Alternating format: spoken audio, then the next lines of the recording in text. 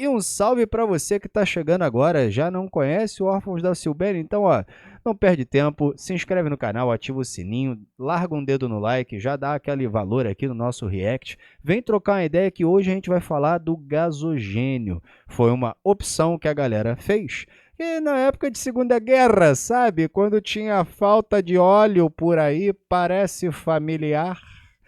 Canal Veículos e Histórias. Vamos assistir como funciona o gasogênio. Maneiro! Olá pessoal! Nesse episódio de Veículos e Histórias, vamos conhecer um sistema de combustível alternativo muito interessante, o gasogênio, que usa o gás gerado pela queima da madeira para gerar energia e pode movimentar máquinas e veículos.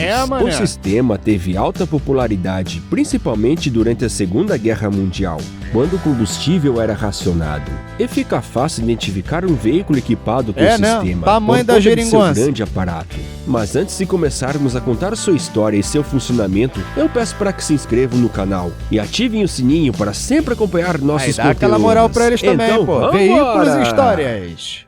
Por definição, gasogênio é um equipamento que produz gás combustível através da queima de matérias sólidas e líquidas em gás.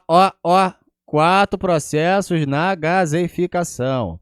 Olha só, meto calor na biomassa, vulgo, né, o carvão ainda molhadinho, sai a água. Aí depois, calor sem ar, ele está lacrado dentro da panela, né? A biomassa vai converter carvão e piche, né? A gente vai eliminar só os compostos, direto carvão, hidrogênio e oxigênio saindo dali. A gente bota esse negócio para torrar, né? Ar, oxigênio, vai produzir carvão, sabe? Carvão que a gente compra para fazer churrasco. Esse é o mesmo processo que faz carvão, tá? E a gente libera CO2 e libera água. Só que assim, conforme a gente vai passar CO2 e água no carvão em brasa, tá lá preso dentro da panela, a gente libera hidrogênio. Hidrogênio é combustível.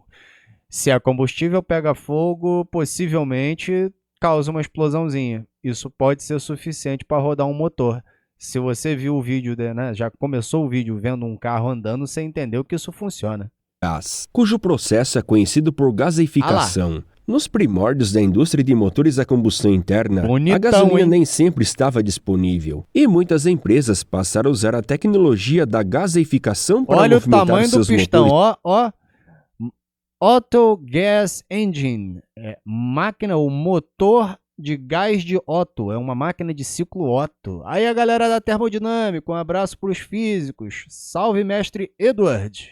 Estacionários. Um dos primeiros a estudar o processo como combustível foi o aeronauta e inventor norte-americano Tadeusz Lowe, que patenteou em 1872 o processo de produção de hidrogênio através da gaseificação da água e poderia ser usado em aquecimento e iluminação. Após expirar a exclusividade de patente de Nicolaus Otto em 1886, o processo de aplicação em motores 4 tempos ganhou força. No início do século XX, houve experimentos com o sistema em automóveis, sendo famosos por enormes balões instalados. O sistema moderno seria criado em 1921 pelo engenheiro químico francês Georges Humbert.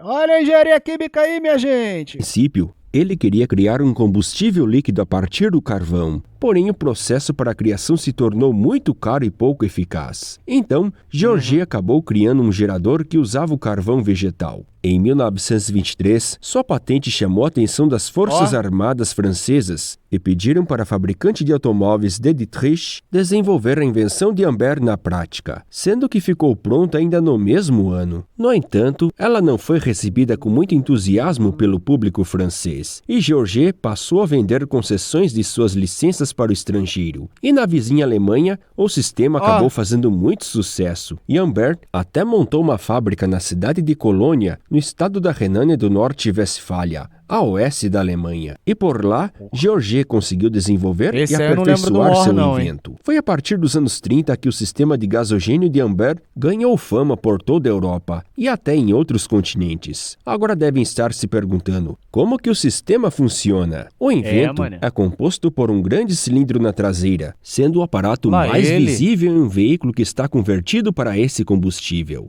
E é conhecido por gasógeno, que é o local onde se coloca madeira. E há um orifício na parte inferior para atear o fogo. Lá O ele de local nada novo. mais é do que uma caldeira, que é o responsável pela fabricação do gás. Quando um pedaço de madeira está pegando fogo, na verdade, o que queima e sustenta sua chama são os gases que a mesma reproduz. Esse processo é conhecido como pirólise, que é a transformação de matéria orgânica em outro estado mediante altas temperaturas. Quando a temperatura atinge o ponto ideal, os gases resultantes ricos em nitrogênio e monóxido de carbono irão passar por um tubo, onde chegarão a um depurador, também conhecido por decantador, já que no processo a umidade também viaja pelo tubo, formando uma borra que também é conhecida por alcatrão. Como o gás está Mas aí ele concentrado a uma borbulha? temperatura muito alta, chegando perto de 800 graus, é necessário abaixar um pouco o seu calor por um lá. resfriador de gás. O sistema lembra um pouco o intercooler dos motores turbinados, só que mais primitivo. Ainda antes de entrar no motor, o gás decantado e refrigerado passa por um filtro, e esse gás é Entendi. sugado por uma ventoinha, lembrando vagamente um supercharger, quantidade mas sua de função não é carvão de acumulado superalimentar, e sim levar esse gás para o carburador, e ao mesmo tempo captar o ar externo, já que a maioria da composição do gás combustível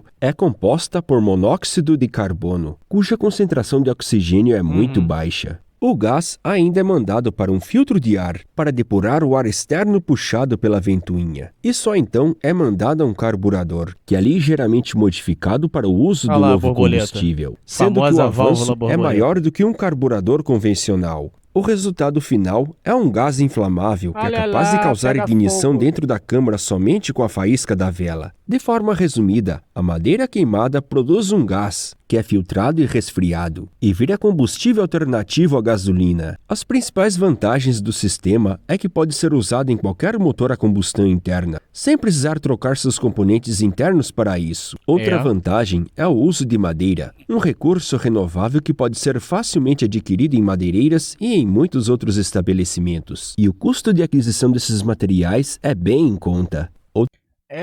Só vamos levar em conta também que a gente já está no fim do planeta, né?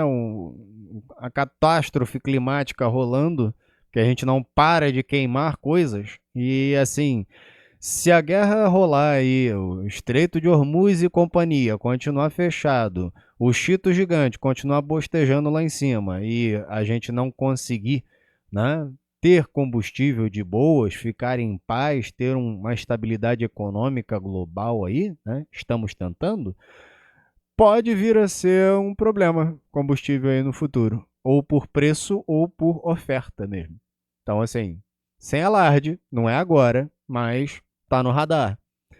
Eu não quero ter que queimar madeira para conseguir dirigir o meu carro. Não é legal, assim, não é bacana. Outra vantagem também é seu índice de emissões ser muito baixo em comparado à gasolina ou qualquer outro combustível fóssil. Ah lá, Como o tamanho do desvantagens, cilindrão. podemos apontar o grande volume físico do sistema, sendo necessário um aparato que pode aumentar consideravelmente o peso total do veículo. Outro problema Consideravelmente, é a né? partida lenta, já que para o veículo funcionar corretamente com combustível, se necessita esperar em torno de 5 a 20 minutos, dependendo da época do ano. E ainda pode correr buracos na alimentação, exigindo que o motorista regule constantemente a entrada de oxigênio por comandos no painel. Outro inconveniente é que a limpeza de todo o sistema tem de ser feito com muita frequência. Eu vi sim, Mas o Sandra. principal defeito Por isso que eu é quis o baixo assistir esse poder calorífico do gás, gasogênio. já que em sua composição total, somente 40% que é inflamável. E Porra. isso se resume em perda de potência, representando queda no rendimento em torno de 30%. Por isso que ele tem a denominação de gás pobre. Apesar desses inconvenientes, o sistema ganhou muita popularidade, principalmente quando se iniciou a Segunda Guerra Mundial, época em que os combustíveis convencionais se tornaram escassos, afetando não só as nações beligerantes, quanto os países que não estavam envolvidos diretamente no conflito. Na época, os combustíveis convencionais eram racionados, mas o mundo tinha de continuar funcionando independente da guerra. No Brasil, o presidente Olha, Getúlio GG. Vargas baixou um decreto para instituir a Comissão Nacional do Gasogênio, para fomentar a produção e o comércio do sistema de combustível. Olha o E tamanho muitas do empresas se estrambolho. destacaram no mercado. As únicas fabricantes de carros no Brasil na época, Ford e General Motors, passaram a produzir o sistema em seus automóveis, caminhões e ônibus. A outra fabricante no Brasil, International Harvester, tinha interrompido suas operações no país para se dedicar somente ao conflito armado e acabou não desenvolvendo seu sistema. No entanto, muitas empresas passaram a fabricar o aparato, como a indústria de móveis em aço Security, que anos mais tarde ficaria famosa por fabricar carrocerias e peças para os automóveis Romizeta, Simca e Willys Overland. Outra fabricante de sistemas gasogênio foi a Lorenzetti, rapaz, a fundada por Lorenzetti. 3 irmãos imigrantes italianos, que é conhecida nacionalmente por suas duchas e chuveiros elétricos. Outra fabricante notável foi a LNM, ou Laminação Nacional de Metais, uma das muitas fábricas do poderoso grupo fundado pela família Matarazzo. Por causa do racionamento de combustíveis, as competições automobilísticas passaram a ser proibitivas. Mas o piloto Francisco Sacco Landi, também conhecido por Chico Landi, propôs o uso de gasogênio nas corridas e a partir de 1941 as competições voltaram,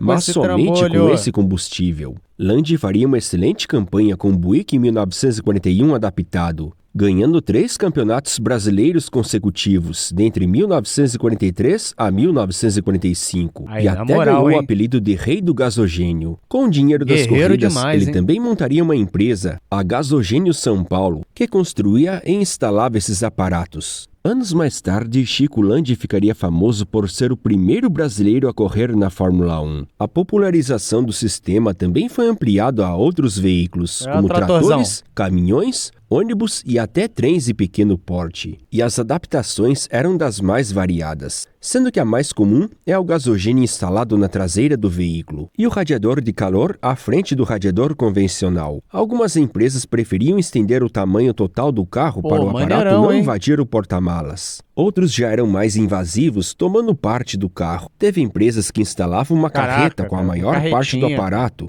o que deixava o carro com aparência praticamente original se a mesma fosse desengatada. E teve até alguns sistemas que eram instalados na frente do veículo. Durante o conflito armado, os veículos militares também usaram um combustível alternativo e foi utilizado pelos dois lados na guerra. Após chegar a um tratado de paz, a maior parte da Europa estava destruída e o continente entrou em recessão. E a gasolina e o óleo diesel continuavam escassos e caros. Assim, os modelos a gasogênio se mantinham populares. Já em outros continentes, o uso estava declinando. No Brasil, os combustíveis não eram mais racionados e, devido às dificuldades de operação e à potência mais baixa, as vendas do sistema de gasogênio estavam caindo e muitos fabricantes pararam de produzir os aparatos. No entanto, muitos se tornaram adeptos dessa tecnologia e continuaram a usar em veículos, geradores e motores estacionários. Quando o fornecimento de combustível se regularizou na Europa e as fabricantes locais passaram a criar automóveis econômicos, logo parariam de usar o gasogênio. No entanto, com as crises do petróleo de 1973 e 1979, muitos decidiram apostar no sistema.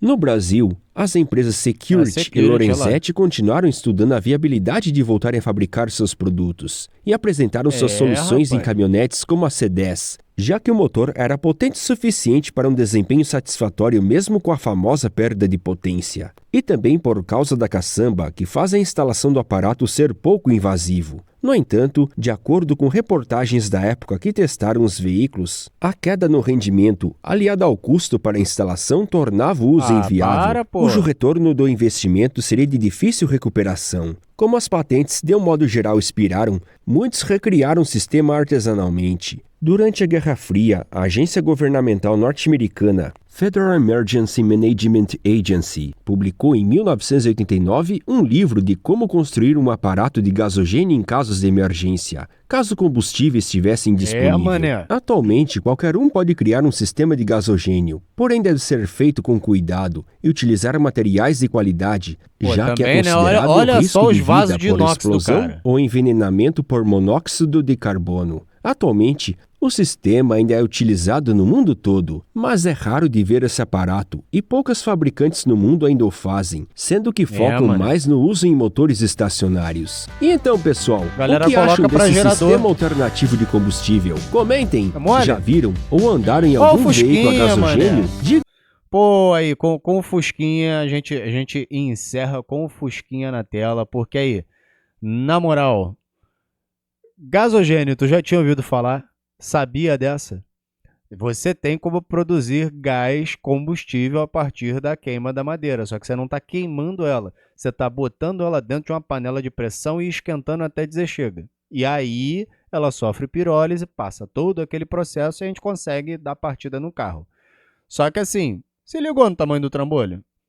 Não é legal, inclusive, porque você já viu, né? Tem monóxido de dióxido de carbono pra caramba que a gente vai liberar nisso aí. Tu viu a quantidade de fuligem que fica na ventoinha, que ele joga esse combustível pra dentro do motor? Pô, mano, aí complica, aí força a amizade, né? Assim, é uma solução se você não tem combustível. No mundo que a gente vive hoje, com o clima que a gente está vivendo, né? Todas as alterações climáticas que a gente está tendo, né? Porra, acho que não é legal a gente ter que chegar no ponto de usar gasogênio de novo. Mas, quem sou eu, né? E ó, se você só chegou aqui agora, dá aquele like, segue a gente, né? Se inscreve no canal, se ainda não é inscrito. Segue a gente nas redes sociais, está lá, Órfãos da Silbene. Nós aqui sempre fazemos lives segundas e quintas-feiras à noite e a gente faz react, cada um do seu jeitão, cada um com a sua loucura. Inclusive, larga aqui no comentário. Se você não pegou a live, deixa no comentário o que a gente deveria reagir na próxima. E eu vou te encontrar no nosso próximo react. Um beijo grande, até a próxima e goodbyes!